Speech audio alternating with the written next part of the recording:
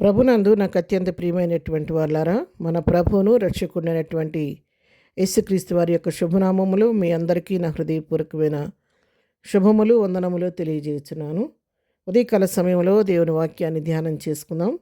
ఈరోజు వాక్య ధ్యానము కొరకు మనం తీసుకున్నటువంటి లేఖన భాగము కీర్తనల గ్రంథము 147వ కీర్తన 3వ వచనం చదువుకుందాం. గుండె చెదిరిన వారిని ఆయన బాగు చేయవాడు, వారి గాయములు కట్టువాడు. ఆమేన్. దేవుని నామమునకు మహిమ కలుగును గాక. ఈ వాక్య భాగాన్ని మనం గమనించినట్లయితే ప్రభు అయినటువంటి దేవుడు నీకు నాకు ఇస్తున్నటువంటి అభయం ఏంటంటే, ఎవరైతే గుండె చెదిరిన పరిస్థితిలో ఉన్నారో వారిని బాగు చేసే దేవుడు మన దేవుడు. మనకైనటువంటి గాయాలను కట్టువాడు ఆయనే.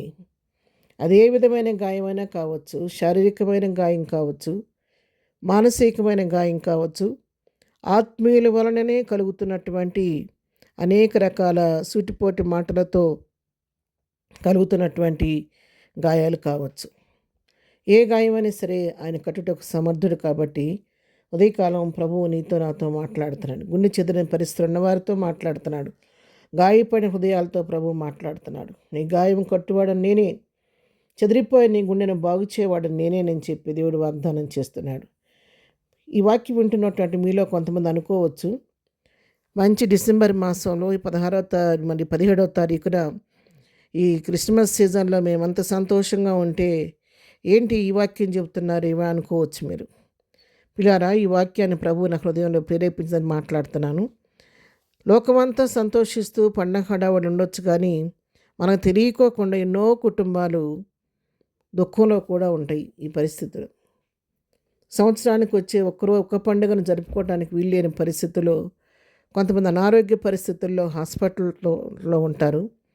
కొంతమంది అందరూ పండగ కోసం కోలాహలంగా సిద్ధపడుతూ ఉంటే కనీసం ఒక నూతన వస్త్రం కొనుక్కోలేని పరిస్థితి, సమృద్ధైన ఆహారం తీసుకోలేని పరిస్థితిలో కొంతమంది పేదరికంలో ఉండి అయ్యో నాకు ఈ స్థితి లేదే అని బాధపడుతూ ఉంటారు. కొంతమంది కుటుంబాల్లో దుష్టుడు కలిగించినటువంటి భేదాభిప్రాయాల వలన సమాధానాన్ని కోల్పోయి ఈ పండుగను సంతోషంగా గడుపుకోలేని అసమాధాన పరిస్థితులు కొన్ని కుటుంబాన్ని ఏలుబడి చేస్తూ మనసులు గలిబిలైపోయి కలవరంతో నిండిపోయిన పరిస్థితులు కూడా ఉంటాయి. అనేక రకాల శోధనలతో అనేక రకాలుగా హృదయాలు, గాయపడిన హృదయాలు అనేక మంది లోకంలో ఉంటారు.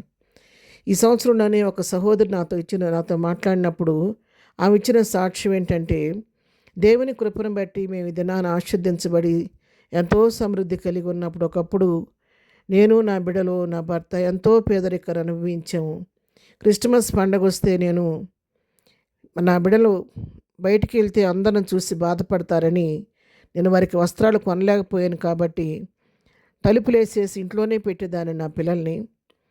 నేను తలుపు సందులో నుంచి బయట పిల్లలందరూ కోలాహలంగా ఆడుకుంటూ మరి ఆ రంగుల రాట్నాలు తిరుగుతూ కొత్త బట్టలు వేసుకొని తిరుగుతూ ఉంటే వాళ్ళని చూసి, ప్రభువా నా బిడ్డలకు ఎప్పుడు ఇస్తారని స్థితి అని చెప్పి నా మనసులో నేను బాధపడి ఏడ్చుకునేదాన్ని. నేను సరైన ఆహారం కూడా వండి పెట్టుకునే పరిస్థితి నాకు లేదు ఒకప్పుడు, కానీ దేవుడి దినాన్ని ఆశీర్వదించడని చెప్పి సాక్ష్యం ఇచ్చింది.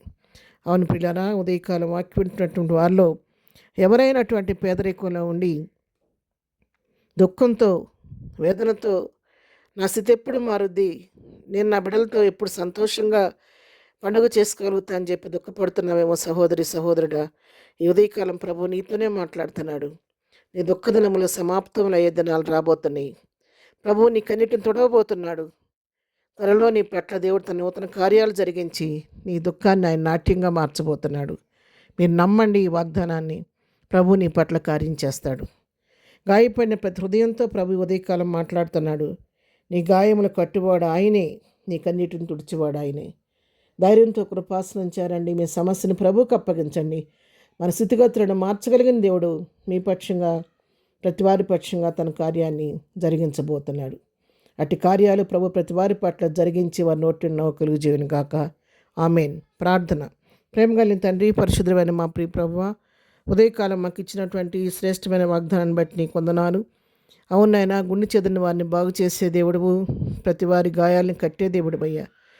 ఉదయకాలం వాక్యం వింటున్న ప్రియులైన వారు ఎవరైనా అలాంటి గుండె చెదిరిన పరిస్థితిలో ఉంటే వారిని బాగు చేయండి. గాయపడిన హృదయాలను గాయాలు కట్టండి. ప్రతివారి కన్నీటిని ఆనంద బాష్పాలుగా మార్చండి. ప్రతివారి జీవితంలో నూతన కార్యాలు జరిగించి నీ సంతోషంతో ప్రతి కుటుంబాన్ని నింపండి నాయన. ఈ దినం మేము చేయి పని పాటలో రాకపోకలో క్షేమం దయచేయండి. ఈ దినం బర్త్డే మ్యారేజ్ చేసుకుని బిడ్డలను దీవించి ఆశీర్వదించమని యేసునామములో ప్రార్థించడిగి పొందుకొని ఉన్నాము తండ్రి. ఆమెన్. ప్రభు కృప సదాకాలం మనందరికీ తోడయుడు నడిపించును గాక. ఆమెన్.